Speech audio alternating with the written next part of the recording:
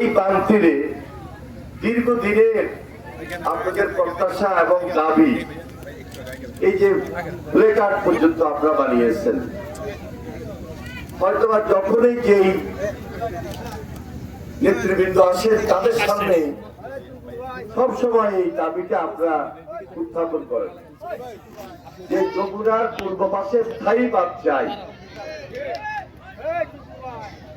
আমি যে এলাকার নির্বাচিত প্রতিনিধি সেটা হলো মেঘনা নদীর পাড়, আর আমাদের সুলতান সালাউদ্দিন টুকু যাকে আপনারা আশা প্রত্যাশা নিয়ে নির্বাচিত করেছেন,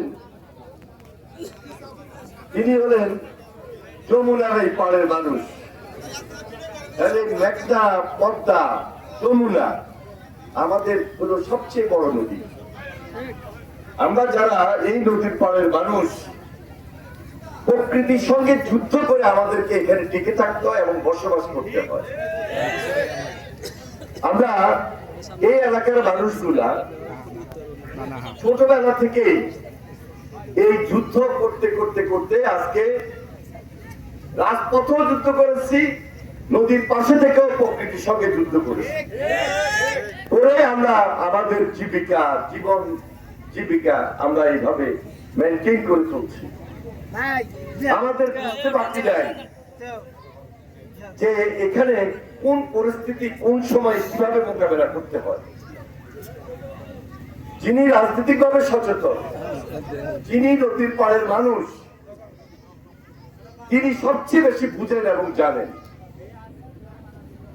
যারা এখানে বসবাস করছেন তারা প্রতিনিয়ত এই পরিস্থিতিকে মোকাবেলা করছেন এবং অনেকের বাড়িঘর হারিয়েছেন, অনেকের বন্যা অতি প্লাবনে গরু ছাগল নিজের রুটি রোজগার বিভিন্ন ভাবে ক্ষতির শিকার হয়েছে, ক্ষতিগ্রস্ত হয়েছে। যার জন্য এই যে আজকে প্রখর রৌদ্র, সকালে বৃষ্টি হয়েছে, এখন আবার প্রখর রৌদ্র, এই রৌদ্র, বর্ষা, বন্যা, প্লাবন এগুলোকে মোকাবেলা করে আজকেও আপনারা আমার মা বোনেরা এখানে উপস্থিত হয়েছে। মনের আবেগ, মন্ত্রী সাহেবের কাছে প্রত্যাশা। আমরা একসঙ্গে ঢাকা বিশ্ববিদ্যালয়ে পড়ালেখা আগে পরে করেছি, রাজনীতিও আগে পরে করেছি।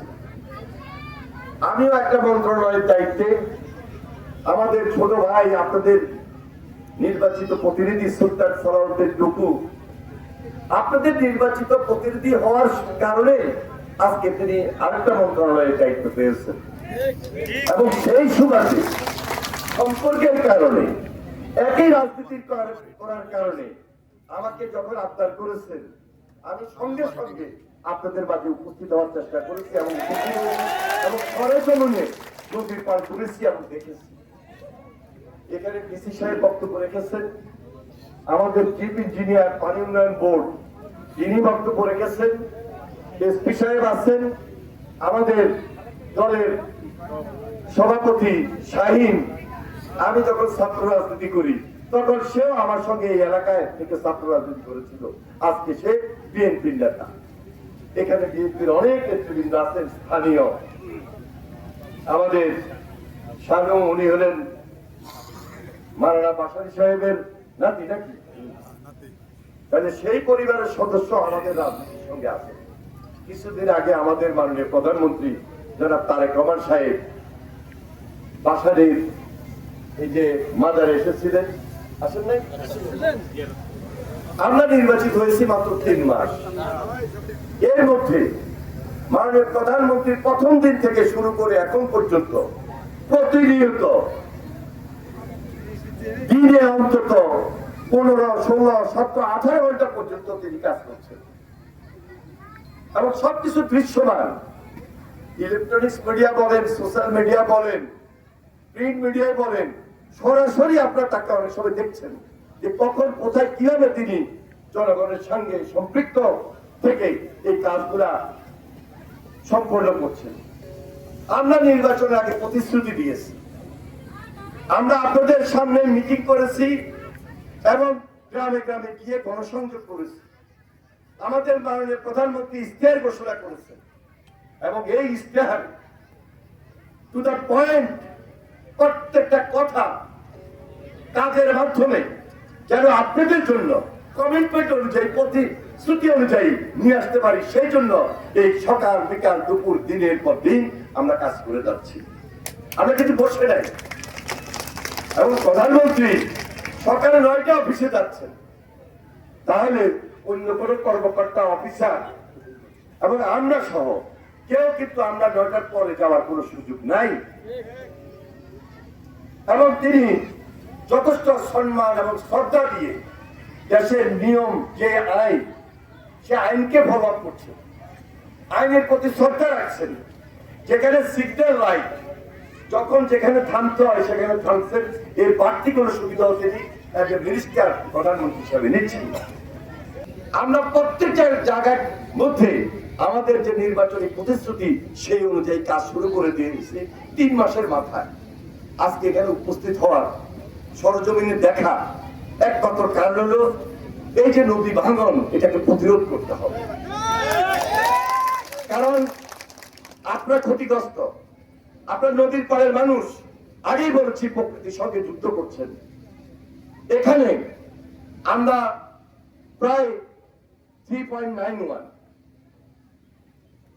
আমাদের একটা প্রজেক্ট আমরা ইতিমধ্যে চিন্তা করেছি, প্রায় 50 কোটি টাকা লাগবে এই বাঁধ নির্মাণ করতে হবে।